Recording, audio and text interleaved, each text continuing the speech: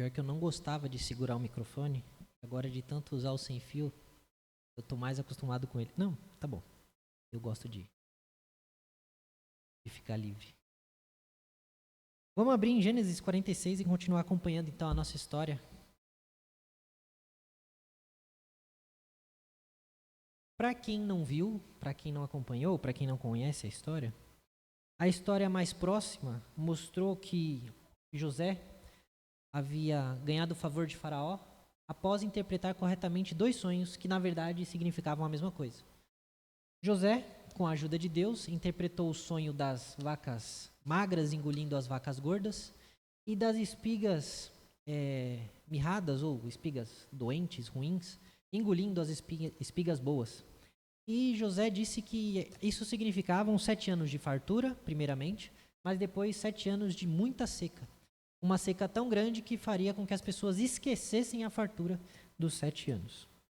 Faraó pôs então José como governador do Egito e como responsável de juntar recursos para que eles passassem aqueles 7 anos. No decorrer dessa história, nós vemos os irmãos de José indo até o Egito comprar comida, porque a fome então começava a alcançar não apenas o Egito, mas toda a região ali, próxima de Canaã. E ao se encontrarem com José, José começou a testar os irmãos, a saber qual era o caráter daqueles irmãos. E a história vai indo, e José testando e testando os irmãos, José finalmente descobre que os irmãos haviam mudado, que não eram mais os irmãos que haviam vendido José, porque eles próprios agora estavam dispostos a dar a vida pelo irmão mais novo, Benjamim, e a não ver o pai deles sofrer por conta de alguma ação errada que eles pudessem ter cometido.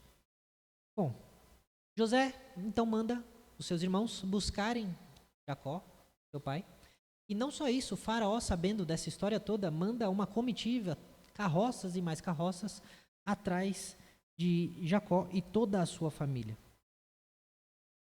Quando Jacó descobre que José está vivo, ele alegremente se dispõe a ir então até o Egito. E todas as pessoas, tanto grandes quanto pequenas, moços e velhos, bois, jumentos, tudo que Jacó possuía, tudo que era dele, tudo que fazia parte da sua família, os seus servos, todos foram até o Egito. Então Deus, para dar uma segurança ainda mais para Jacó, porque o Egito era uma terra estranha, Deus vai dizer no versículo 3 do capítulo 46, que Ele é Deus, Ele vai dizer, eu sou Deus, o Deus do seu pai. Não tenha medo de ir até o Egito, porque de lá eu farei de você uma grande nação. E olha só, Ele vai dizer que Ele próprio, Deus, irá com Jacó até o Egito e certamente fará com que ele volte de lá. A mão de José fechará os seus olhos. Então Deus promete 2 coisas aqui. Promete que ele vai tirar o povo de Israel de lá, tirar Jacó e a sua família de lá. 3, na verdade. Ele vai aumentar os seus descendentes e de lá sairá uma grande nação. E terceiro, será o seu filho José que irá fechar os olhos de Jacó. Ou seja, Jacó poderia ter a certeza de que viveria até os últimos dias de sua vida na presença do seu filho que ele tanto amava, José. Então Jacó sai de Berseba e leva todos os seus parentes com ele. E a Bíblia fala que filhos e filhas, toda a sua descendência vai até o Egito e cerca de 70 pessoas saem com ele nessa carruagem. E eu gosto de chamar a atenção para os números em Gênesis, porque eles sempre trazem alguma coisa. Não quer dizer que não eram 70 pessoas mesmo, mas mesmo que não fossem 70, fossem 68, fossem 83, 70, que os irmãos e as irmãs que estão acompanhando o estudo se lembram, aqui nós temos 2 simbologias. O 7, que é o número da perfeição, ou seja, um número completo, um número perfeito, multiplicado por 10. E 10 é o número de completude. Ou seja, 70 pessoas é o mesmo que dizer que a completude da família de Jacó, ou todo o povo de Jacó, está indo até o Egito. Não ficou ninguém para trás, não ficou nada para trás. Já no versículo 29, quando José descobre que seu pai está chegando, ele se lança até o pescoço do seu pai e chora ali com ele. Imagina a alegria de José, né? De estar vendo seu pai depois de anos e anos, sem que ele jamais imaginasse que fosse ver o pai novamente. E então Jacó declara que pode morrer porque viu o rosto de José. Jacó, então, José sai dali, dá a notícia ao faraó. E olha aqui, que curioso, quando ele fala com o faraó, José, ele diz que ele vai levar os irmãos até o faraó para que o faraó conheça os irmãos, conheça o seu pai. Só que ele dá uma instrução muito específica para eles. Ele diz que quando eles encontrarem o faraó, é para eles dizerem que eles são pastores de ovelha. Porque para os egípcios era abominável um pastor de ovelha. Eles consideravam a abominação pessoas que trabalhavam apacentando um rebanho. Então, assim, eles conseguiriam de fato ter a terra de Gozém, só para eles, porque eles pegariam uma terra onde eles pudessem morar. E sabendo que o pastoreio de ovelhas era algo que os egípcios não gostavam, não teria o risco ou o receio de que egípcios tentassem tomar aquela terra ou fossem morar ali, tentassem disputar aquela região. Na verdade, eles iam se manter afastados, justamente por conta disso.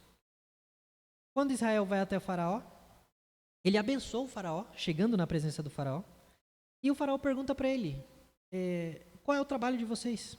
Então eles respondem prontamente que eles são pastores como foram os pais deles. E aí eles dizem que vieram até aquela terra, porque a terra de Canaã não tem mais pasto para o rebanho. E eles pedem encarecidamente, olha, Senhor, permita que a gente more na terra de Gozém, que a gente possa habitar naquela terra, porque em Canaã a gente não tem mais como habitar. Então o faraó vai dizer a José, olha, o seu pai e os seus irmãos vieram para junto de você. A terra do Egito está à sua disposição. O faraó vai entregar toda a terra do Egito à disposição deles. Faça com que seu pai e os seus irmãos se estabeleçam na melhor região da terra, e morem na terra de Gozém, ou Gósen. E olha só o que ele vai falar. Se souber que há no meio deles homens capazes, ponha-os por responsável pelo gado que me pertence. Então o faraó está pondo todos eles numa posição de honra. Aqui é o velho networking funcionando, né? O contato de quem conhece as pessoas certas funcionando aqui. Deus usando isso, o mundo corporativo, para abençoar aquela família. Então, José leva Jacó, sabendo dessa notícia. Jacó abençoa o faraó. E ele pergunta ao faraó. O faraó pergunta para ele, quantos anos o senhor tem? Jacó, ele dá uma resposta curiosa, né? Ele fala, são 130 anos. Vivido, moço, né? Só que aí ele vai dizer o quê? Foram poucos e maus os anos da minha vida. Mas por que ele fala poucos? 130 anos? Pô, quem não quer viver 130, né? A Fernanda não. Tem sempre alguém que não quer viver dos 130. Mas, olha, ele tá com 130 anos andando no deserto, entendeu? Então ele tá forte ainda. Ele tá forte ainda. E ele vai falar por que são poucos. Porque ele vai comparar com os pais dele. Ele vai falar, não chegam aos anos de vida dos meus pais nos dias de sua peregrinação. A gente tem visto que Abraão viveu, eu nem lembro mais quantos anos Abraão viveu, 170, 180 anos, alguma coisa assim. E Isaac também viveu 130, 150 anos, eu não lembro agora. Vai me fugir. Mas todos eles viveram consideravelmente mais do que Jacó. E voltarmos mais atrás, como estávamos fazendo, Noé viveu centenas de anos. Que dizer de Matusalém, né? Que só morreu porque veio o dilúvio. Sabe-se lá quantos anos mais ele ia viver se não fosse o dilúvio. Então, Jacó está respondendo, do meu ponto de vista, da minha perspectiva, vivi poucos anos. Mas porque tem um histórico aí de longa vida na família. E aí, Faraó vai abençoar o faraó de novo e sair da sua presença. Então, eles vão se estabelecer naquela terra onde Faraó havia entregado para eles. No capítulo... Estamos no capítulo 47 já? Sim, né? Estamos no capítulo 47, tá. No versículo 14, nós vemos que o tempo vai passando, a fome não vai se acabando. Aqui a terra ainda estava em fome. Chegou um momento que José arrecadou todo o dinheiro da terra do Egito. O povo já tinha dado tudo que tinha de dinheiro em troca de comida para não morrer de fome. E o povo de Canaã também. Então toda a região não tinha mais como comprar comida do Egito. E, consequentemente, iriam acabar morrendo de fome, né? Quando acabou o dinheiro, todos os egípcios foram até José. Eles falaram, é o seguinte, José, a gente quer comer. Não é só que a gente quer comer, a gente precisa comer, né? De necessidade. será que o Senhor deixaria a gente morrer na sua presença só porque acabou o dinheiro? Será que você seria assim tão ruim com a gente? E aí eles vão propor, José vai propor, olha, traga o gado de vocês. Já que vocês não têm dinheiro, tragam outras coisas. Tragam o gado para que eu, em troca do gado, dê comida a vocês. E José fez isso. As pessoas começaram a levar gado e a receber comida, cereal em troca. Tendo acabado esse ano, foram a José no ano seguinte e disseram: então, José, acabou o gado. Não podemos esconder do meu senhor que o dinheiro acabou e que o gado já é todo seu. O José virou o rei do gado, o famoso rei do gado. E aí, sabendo disso, agora a própria população vai propor algo a José. Eles vão dizer o seguinte no versículo 19: compre a nós e a nossa terra, e em troca de mantimentos, nós e a nossa terra seremos escravos do faraó. José não foi atrás de escravizar as pessoas, o faraó não foi atrás de escravizar as pessoas, não sabemos dizer, mas possivelmente não era comum a escravidão até aquele ponto de egípcios. A gente sabe que haviam escravos porque José foi vendido como escravo, mas a de egípcios não era comum. E o povo egípcio vai dizer assim pro José: não tem problema, a gente vira escravo, a gente trabalha para você, a gente faz o que o faraó quiser, mas a gente precisa comer. Porque eu prefiro trabalhar e comer do que não comer e não poder trabalhar porque eu morri. Então, por favor, se a gente tiver que ser escravo, nós seremos. Então, o que José vai fazer? Vai fazer isso. Ele vai dar mantimento como pagamento pelo trabalho daquelas pessoas. Então, ele compra toda a terra do Egito para o faraó. E cada um deles vende o seu campo, e não só vendem o seu campo, como vendem a sua própria vida, a sua própria força de trabalho. Né? Se Marx visse isso, ele ia ficar louco, né? Apropriação, nossa, que apropriação. Estatização total, né? Completa.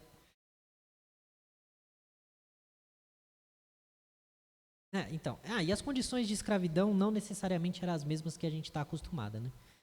Não à toa eles recebiam salário. Bom, quando o povo foi escravizado, a Bíblia diz no verso 21 que ele foi escravizado de uma até a outra extremidade do Egito. Não ficou ninguém livre. Provavelmente só José e a sua família ficaram livres. E José só não comprou a terra dos sacerdotes. Por quê? Porque os sacerdotes já recebiam uma porção do próprio faraó como sustento. Então não precisaram, né, trocar nada para que eles recebessem comida. E aí o José vai dizer ao povo: olha, hoje eu comprei todos vocês e a terra de vocês para o faraó. Aqui está a semente, comam, se fartem se vocês quiserem. Semeiem a terra, faça com que ela dê bons frutos. Da colheita de vocês, a partir de hoje, vocês darão a quinta parte ao faraó. Então o José, ele não só escravizou, começou a dar a paga, mas ele falou: para que vocês não fiquem escravos para sempre, comecem a plantar, e o que der fruto, vocês dão a quinta parte para o faraó. E tá bom. Dessa forma, o Egito sempre vai conseguir ter recursos, tanto para se manter, quanto para manter o seu povo, caso aconteça, né, uma tragédia semelhante a essa que aconteceu. E aí no verso 25 eles vão falar para o José: o Senhor salvou as nossas vidas. Eles não estão bravos com José. Eles não estão a guerra do proletariado contra os burgueses. Não, eles estão: o Senhor salvou as nossas vidas. Muito obrigado. Porque José foi justo. Embora ele tenha de fato comprado aquelas pessoas, ele foi justo. Porque deu alimento, deu mantimento e ainda deu uma saída para eles. Para que eles pudessem não só alimentar o faraó e a terra do Egito, mas receber 4 de 5 partes, 4 eram deles. E o povo reconheceu isso. O imposto era de 20%. Exatamente. Um imposto que não era pesado a eles. Então, a Bíblia diz que José estabelece isso por lei, ou seja, ele faz uma lei, e essa lei, o nosso autor Moisés vai dizer que é uma lei que perdura até o dia de hoje. O dia de hoje não confundir com 2024, né? O dia de hoje, o dia que Moisés estava escrevendo Gênesis. Então, depois que o povo saiu do Egito, começou a ler as cartas de Moisés, essa lei ainda estava em vigor no Egito. Assim, o texto nos diz que Israel habitou na terra do Egito, versículo 27, na terra de Gósen. E nela eles adquiriram propriedades, olha só, eles começaram a crescer. Foram fecundos e muitos se multiplicaram. Jacó então vive na terra do Egito 17 anos, assim os dias de Jacó, os anos da sua vida foram 147 anos. Finalzinho do capítulo 47. Aproximando-se, pois, o tempo da morte de Jacó, ele mandou chamar José. Ele começou a sentir que tinha alguma coisa errada, 147 anos, bastante, já começou a querer preparar o testamento. E aí, diante de José, ele fala, olha, se eu alcancei favor diante de você, peço que você ponha a mão por debaixo da minha coxa, que era uma forma de juramento da época. A gente vê isso também com Abraão e o seu servo, na hora de procurar uma esposa para Isaac. E ele pede, põe a sua mão debaixo da minha coxa e jura para mim. É como se ele dissesse assim, dá o dedinho. Vamos jurar. Jura que você não me sepultará no Egito. Eles podem me embalsamar, podem me botar no sarcófago, mas meu corpo não pode ficar no Egito. Eu quero descansar na mesma terra que os meus pais. Eu quero estar aonde Deus prometeu que eu estaria. Eu deveria, na terra que eu deveria herdar. Provavelmente, se lermos isso à luz do que é dito em Hebreus, Jacó, assim como os seus pais, esperava receber a promessa numa próxima vida, na ressurreição. A gente não sabe se Jacó considerava a questão de ressurreição. A gente sabe que Abraão sabia que Deus era poderoso para, se possível, se quisesse, ressuscitar Isaac. Por que não ressuscitar ele depois que morresse, né? Então pode ser que Jacó estivesse com isso em mente. Eu vou morrer, ainda não estou na terra que Deus me prometeu, provavelmente não estarei, mas um dia eu sei que Deus vai fazer eu herdar aquela terra. Eu vou estar naquela terra, eu vou caminhar naquela terra. Então José, pelo amor de Deus, o dia que Deus me ressuscitar, eu não quero ser ressuscitado de frente com uma pirâmide. Eu quero estar na terra que Deus me deu. E aí José vai lá, dá o dedinho e fala, tá bom, pai, tá prometido. Você jura? Juro, juradinho. Então, Israel ficou tranquilo.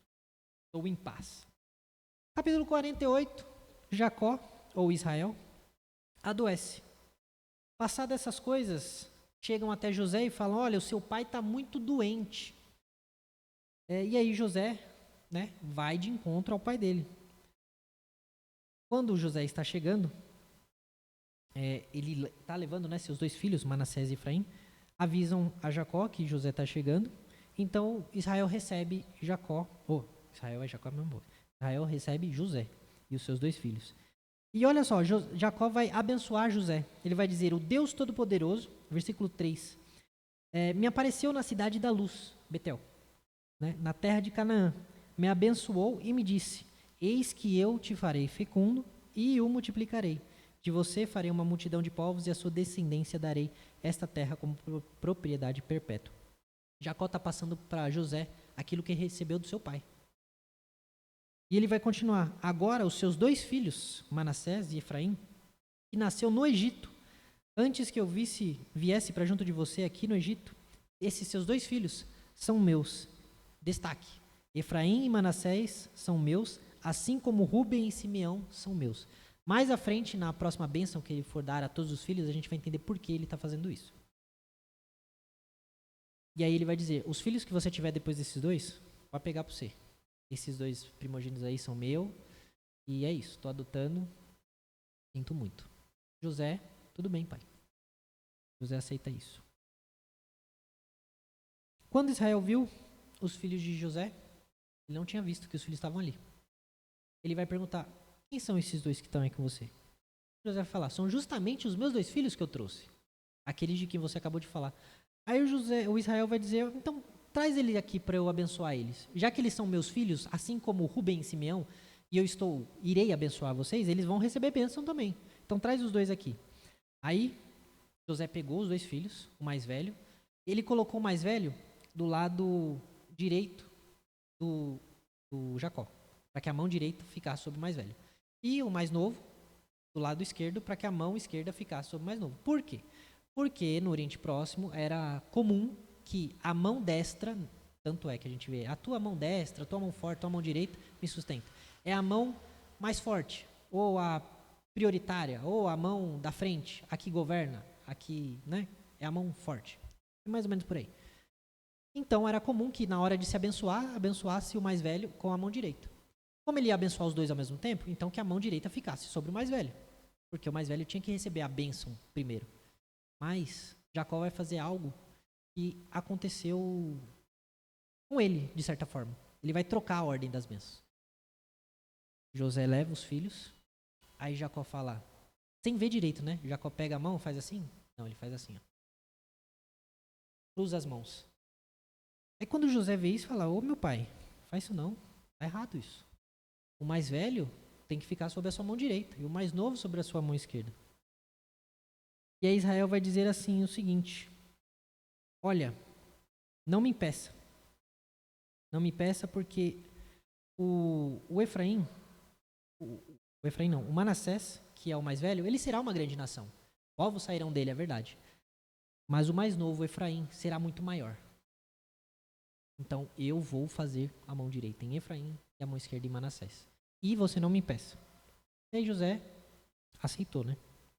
Então Israel abençoa José também e diz para ele, ó, o Deus em cuja presença andaram os meus pais, Abraão e Isaque, o Deus que tem sido o meu pastor, olha a diferença da fala de Jacó aqui. Durante a minha vida até esse dia, anjo que me tem livrado de todo o mal, abençoe estes meninos. E por meio deles seja lembrado o meu nome e o nome dos meus pais, Abraão e Isaque, e cresçam e se tornem uma multidão sobre a terra. Olha só. Jacó, então, abençoando os dois meninos. Nessa inversão, Caio, eu vejo um ato de arrependimento de Jacó. Ele não precisava ter enganado o seu pai. Se Deus mostrasse ao seu pai, ele também poderia ter invertido as mãos na hora de abençoar os filhos, né? Então, ele enganou seu pai para ter a bênção. E ali não houve nenhum engano. Deus mostrou que deveria ser assim, né? É um ato de confiar na direção de Deus, da soberania de Deus. Eu acho muito interessante essa troca de mãos. Excelente, excelente ponto. E ele em seguida vai dizer que por vocês, Israel abençoará dizendo, Deus faça com você como fez com Efraim e Manassés. E mesmo sendo filhos de José, não sendo filhos de Jacó diretamente, mesmo tendo nascido na terra do Egito, foram contados como filhos de Israel. E aí Jacó vai prometer uma coisa a José, vai dizer que Deus estará com ele e fará com que eles voltem à terra dos seus pais. Então ele está dizendo, ó José, vocês não vão ficar aqui para sempre. Por isso que eu estou pedindo para você levar meu corpo. Deus já apareceu para mim, já falou comigo, e ele disse que nós vamos voltar para a terra que ele prometeu a dar à nossa descendência. Então não se preocupe. No capítulo 49, penúltimo capítulo, Israel vai reunir todos os filhos e vai trazer a sua bênção, ou o seu testamento a cada um deles. Lembra que ele pegou os dois filhos de José e ressaltou que exatamente Rúben e Simeão? A gente vai ver agora por que ele fez isso. A primeira bênção ele vai dar para Rúben. Ele diz o seguinte, Rúben, você é o meu primogênito, a minha força e as primícias do meu vigor, o mais excelente em dignidade, o mais excelente em poder. Certo? Mas, antes do mas, impetuoso como a água, ele vai dizer, você não será mais excelente. Por quê? Porque subiu o leito de seu pai e profanou. Você profanou a minha cama. Rúben foi aquele que teve um caso com uma das mulheres de seu pai. Então Jacó está dizendo aqui, ó, você era o primogênito, você era o primeiro herdeiro de todas as coisas, mas não é mais. Você sequer será contado como uma das 12 tribos de Israel. E ele vai dizer para Simeão e Levi. Curiosamente, Simeão também não é uma tribo e Levi também não é uma tribo.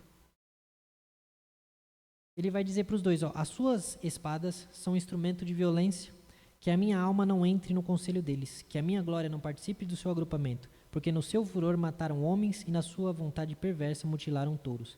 Maldito seja o seu furor, pois era forte, e maldita seja a sua ira, pois era intensa. Eu os dividirei em Jacó e os espalharei em Israel. Ninguém dos levitas recebeu terra em Israel. Eles tinham os sacerdotes, que só poderiam vir da tribo de Levi, os próprios levitas que serviam no templo, eram levitas porque eram da tribo de Levi, mas nem todos da tribo de Levita eram levitas, nem todos da tribo de Levi eram sacerdotes, e mesmo assim eles não recebiam terra, ficaram espalhados entre a terra de Israel. E a mesma coisa aconteceu com Simeão, não existe uma tribo de Simeão. Vocês lembram o que aconteceu com o povo de Siquém? Simeão e Levi foram e mataram toda uma cidade, porque o filho do rei da cidade havia abusado da sua irmã. Foi todo um capítulo trágico que a gente abordou, aquele estudo. Mas a ira deles, que foi desmedida e foi desproporcional ao crime cometido, que já estava sendo resolvido, acarretou nessa perda de bênção, vamos dizer assim. É como se Jacó estivesse dando os galardões aqui dos seus filhos e eles não receberam a sua porção. A consequência do próprio pecado deles. Eles ainda são filhos de Jacó. Dá para até fazer uma associação com a igreja. Eles ainda são filhos de Jacó. São filhos de Israel. Ainda são parte dos 12 patriarcas. Eles não deixaram de ser filhos, não perderam a sua herança, mas perderam muito por conta do pecado que eles cometeram, né? E a última das bênçãos, ou a penúltima que eu quero tratar é de Judá, porque tem muitas, né? Judá, por conta da sua mudança, a sua grande mudança, lembrando que ele foi quem esteve disposto a servir o faraó, a entregar a sua vida em troca da vida do seu irmão mais novo, para que seu pai não sofresse. Para esse Judá, Jacó vai dizer que os irmãos dele o louvariam, que a mão dele estaria sobre o pescoço dos seus inimigos. E ele vai trazer uma profecia muito interessante. Ele vai dizer que o cetro não se afastará de Judá, nem o bastão sairá entre os seus pés, até que venha Siló, e a ele obedecerão os povos. Mais uma profecia ele vai dizer agora. Ele amarrará o seu jumentinho à vide e o filho da sua jumenta, à videira. Mais excelente. Lavará as suas roupas no vinho e a sua capa em sangue de uvas. Os seus olhos serão cintilantes de vinho e os seus dentes serão brancos de leite. Como é que Moisés, que está repassando algo que ele ouviu, que Jacó falou, poderia dizer uma profecia tão, assim, tão fácil de saber de quem ele está falando? Quem aqui não sabe de quem Jacó está falando? Alguém tem alguma dúvida? Nenhuma. A primeira diz que o cetro não se afastará de Judá. Quem foi o segundo rei de Israel? Aquele que Deus escolheu, não o primeiro. O primeiro foi escolhido pelo povo, mas aquele que Deus escolheu, quem foi? Davi. E Davi era da onde? Da tribo de Judá. Depois seu filho Salomão foi rei, dividiu o reino, mas ainda continuou havendo um reino em Judá. E em Judá, quem estava junto com Judá, curiosamente, qual tribo estava junto com Judá? Benjamim. Curiosamente, a tribo de Benjamim estava junto. Depois da dispersão, quando a Babilônia e a Pérsia invadem, o reino de Israel é invadido, destruído, e as pessoas que estavam ali começam a se misturar com outros povos, da onde nascem os samaritanos. Ou seja, provavelmente, hoje não existem mais pessoas diretamente descendentes de Israel. São mestiços. Não já tem mais pessoas que podem dizer assim, eu sou israelita do Reino do Norte. Mas, ao contrário disso, do Reino do Sul, de Judá e Benjamim, hoje ainda existe uma linhagem. Tanto é que nós chamamos de judeu, né, de uma forma ampla. Mas por quê? Porque os judeus que voltaram para Israel, na sua maioria, são justamente esses descendentes do Reino do Sul e não do Reino do Norte. Enfim, isso vai gerar toda uma confusão lá com os samaritanos e tudo mais. E ele diz uma outra profecia que é mais fácil ainda de descobrir quem é. Rafa, olha só. Ele vai falar que ele vai lavar as roupas no vinho e a sua capa em sangue de uvas. Quem que ele está falando? Quem que no futuro vai lavar as suas roupas e a sua capa no sangue? Suco de uva fica mais fácil ainda, hein? O que a gente faz aqui uma vez por mês com suco de uva? Exatamente. Agora, como Jacó sabia disso? Deus, de alguma forma, revelou a ele. Tanto é que Jesus vai dizer para os fariseus, olha, se vocês crescem em Moisés, vocês iriam crer em mim, porque foi ele que falou de mim. Aqui, começou já falando. Falou lá no Éden, lá quando ele escreveu, né? Que descendente da mulher pisaria a cabeça da serpente. Aqui ele está falando de novo. E as pessoas não pegaram. E aí ele vai trazer uma série de bênçãos para todos os seus filhos, são muitas mesmo. E José, ele vai disparar bênção. Ele vai dar mais bênção ainda que ele deu para ajudar. Ele vai falar que ele vai ser um ramo frutífero, ele vai falar que ele vai ser galho forte, vai ser uma árvore forte, estendendo junto às fontes. Vai dizer que as flechas do flecheiro não vão acertar ele, que ele vai permanecer firme ainda se acertar. Vai dizer que os poderosos de Jacó serão feitos fortes por causa dele. Enfim, Jacó vai encher José de bênção. E ele vai abençoar Benjamim com uma benção discreta. E então, depois disso, o escritor diz pra gente, vocês que estão lendo, essas são as 12 tribos de Israel. Isto é o que lhes falou seu pai quando abençoou. A cada um deles abençoou segundo a bênção que lhes cabia. Para terminar, em seguida Jacó vai dizer, olha, eu vou me reunir com os meus antepassados. Já falei para José, vou falar para vocês. Me sepultem junto com os meus pais, na caverna que está no campo de Efron. E o que é interessante, no verso 30, ele vai listar as pessoas que estão sepultadas ali. Verso 31, ele vai falar de Abraão, Sara, Isaac, Rebeca e Lia. Ele não está esquecendo de alguém? Quem era a esposa que ele mais amava? Raquel. Curiosamente, Raquel não está no túmulo da família de Abraão.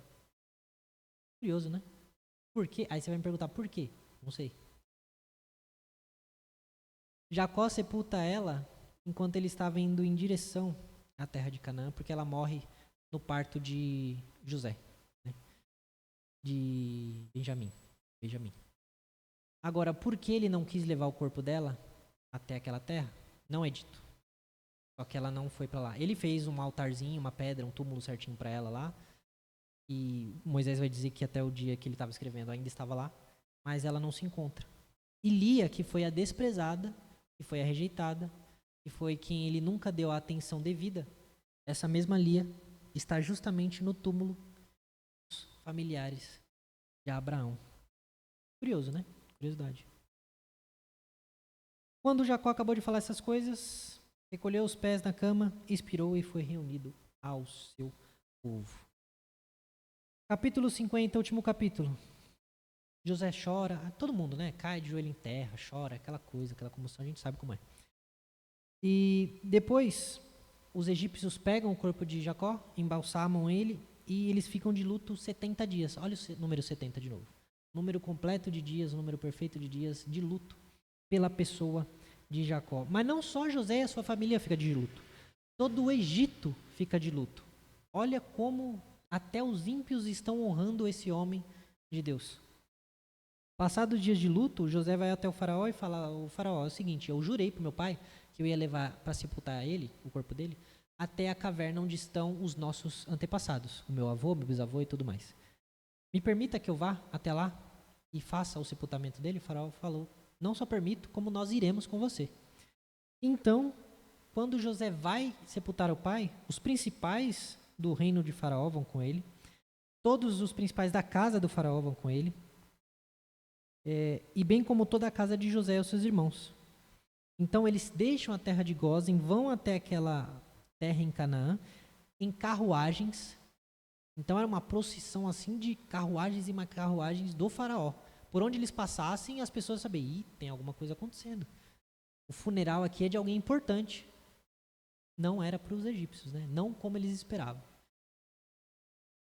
Então José, chegando lá, sepultando seu pai, ele tem mais 7 dias de luto ali. O luto foi tão grande que o povo daquela terra chamou aquela terra de Abel Mizraim, que traduzindo significa o pranto dos egípcios.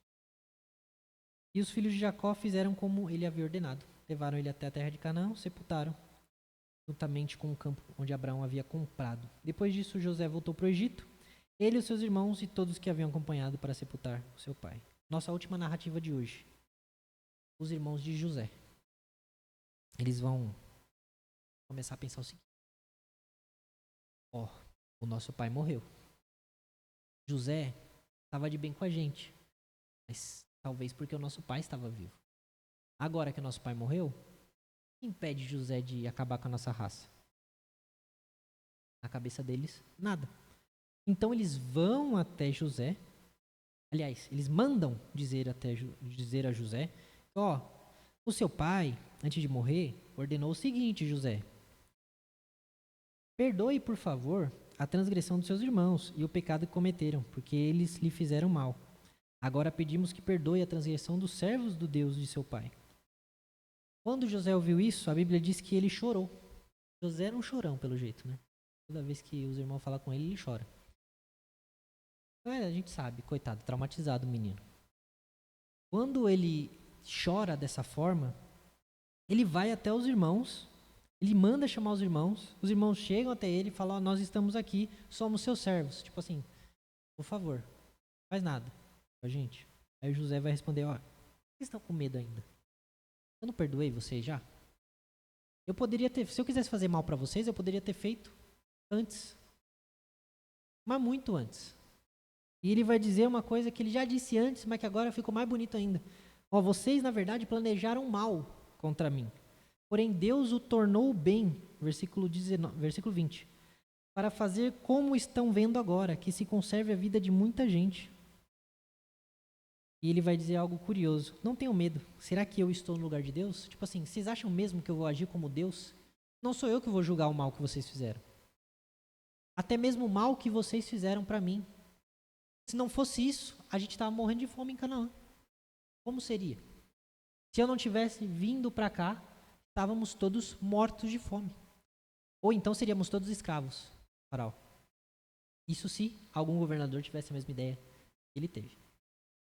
Então nós vemos mais uma vez a Bíblia nos mostrando aquela que quebra-cabeça que a gente não tem como resolver.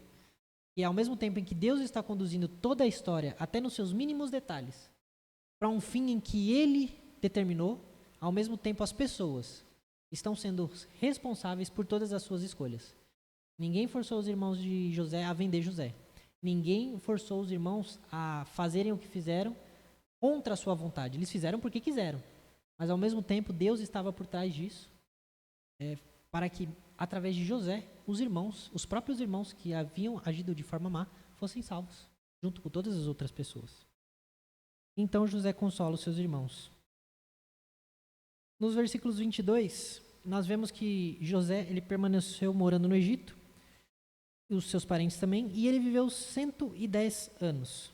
José chegou a ver os filhos de Efraim até a terceira geração, e os filhos de Maquir, filho de Manassés, o qual José tomou sobre seus joelhos e disse a seus irmãos: eu vou morrer em breve.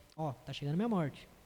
Mas Deus certamente visitará você e fará com que saiam dessa terra para ir à terra que jurou dar a Abraão, Isaque e Jacó. José está passando para os seus netos, para os seus filhos, seus bisnetos. Não se esqueçam disso que me contaram, que meu pai me contou, que meu avô contou para meu pai. Deus, o nosso Deus, o Deus da nossa casa, que guardou a nossa família, Ele vai tirar a gente daqui. Por isso que isso aqui chegou até Moisés.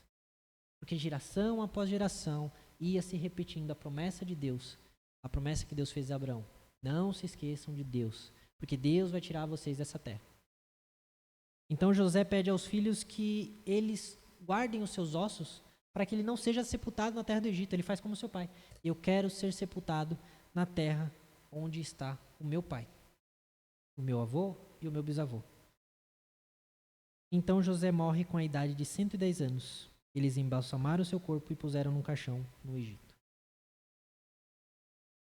Fim. Agora, as aplicações. Né?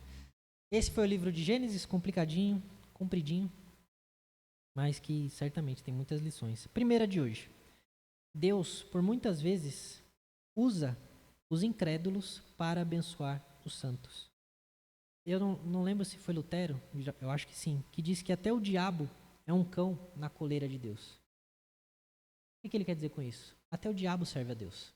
Não porque ele gosta, não porque ele quer, mas porque ninguém faz algo que não seja da vontade ou da concessão de Deus. Tudo está debaixo da mão de Deus, Tudo está de acordo com a vontade de Deus. É Deus quem governa tudo e todos. Nada acontece sem a permissão de Deus. Segundo ponto, nós devemos abençoar os ímpios como Israel fez com Faraó. Jesus disse para a gente: orem pelos seus inimigos. Amem os seus inimigos, orem pelos que vos perseguem. Não amaldiçoem, mas abençoem. Porque se vocês amaldiçoarem aqueles que perseguem vocês, o que vocês estarão fazendo demais? Os ímpios também fazem isso. Se vocês só amarem aqueles que te amam, o que você está fazendo demais? Os ímpios também fazem isso. Amem aqueles que te odeiam. Porque esse é o desejo do Pai dos céus. Então nós precisamos fazer como Jacó. Jacó não quis saber dos antecedentes do faraó. Jacó não quis saber se o faraó ia se converter ao Deus de Israel. Jacó não quis saber se o faraó ia abandonar o politeísmo. Não, ele abençoou o faraó mesmo assim, na entrada e na saída da presença do faraó. Por quê? Porque nós devemos orar e abençoar os nossos inimigos, sejam eles quem forem. Então, nós precisamos abençoar ou orar pelas pessoas. Vamos usar exemplos práticos de hoje em dia. Pelos terroristas do Hamas. Que a justiça de Deus seja feita, mas que Deus também mude essas pessoas. Encontre o coração dessas pessoas. Porque Deus transformou um assassino chamado Paulo. Deus transformou diversos assassinos ao longo da história. E o que eu posso dizer de Paulo? Eu não preciso dizer nada. Todo mundo sabe quem foi Paulo. Então não há pessoa má o suficiente que Deus não possa transformar. A gente precisa orar pelos nossos inimigos. Terceiro ponto. Você não vai perder a sua salvação, mas Deus não te poupará das consequências dos seus atos. De novo, a figura de Rúben, Simeão e Levi. Se você é crente de verdade, nem gosto de usar a afirmativa de você é crente, porque crente até o diabo é crente, porque crente é quem crê. Mas se você é cristão, servo de Cristo, alguém que segue a Cristo, alguém que nasceu de novo, alguém que tem o Espírito Santo habitando dentro de você, você não perde a sua salvação, porque você não a conquistou. Mas isso não significa dizer que se você viver de qualquer forma, você não vai colher os frutos do seu estilo de vida. O livro do Peregrino, que a gente fez uma série de palestras, eu li ele, a gente pulou o final das palestras, faltando uma semana, né? Eu tive que ler ele num final de semana, um sábado e um domingo.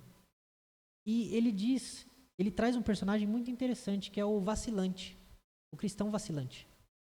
E aquele cristão vacilante, durante todo o percurso, ele cai em todas as armadilhas no percurso. Ele cai em todas. Ele cai no pântano, ele cai em buraco, ele tropeça, ele derruba o que não tinha que derrubar, ele retrocede, mas depois volta. Mas ele chega no final. O cristão chega a dizer que quando vê ele chegando no final, assim, ele estava rastejando. Estava sem ânimo, sem força. Parecia que ele ia morrer a qualquer momento. Mas ele chega no final. Por quê? Porque ele não perdeu a salvação. Mas isso não significa dizer que ele não sofreu as consequências de todas as suas más decisões na vida. Quarto, Deus dá a bênção dobrada aos justos que lhe são fiéis. Deus dá a bênção dobrada. Não quer dizer que Deus vai abençoar com coisas materiais. Mas Ele de fato abençoará aqueles que são justos e aqueles que são fiéis. Quinto, a morte de um justo é uma perda irreparável para esse mundo. E uma festa grandiosa no céu. Um justo quando morre, Jacó quando morreu, foi uma grande perda. De novo, o livro aos Hebreus, quando cita os heróis da fé, ele chega a dizer que esse mundo não era digno dessas pessoas. Tem noção que quer dizer isso? O mundo não era digno dessas pessoas. Por quê? Porque eles eram incríveis? Não, porque eles eram fiéis a Deus.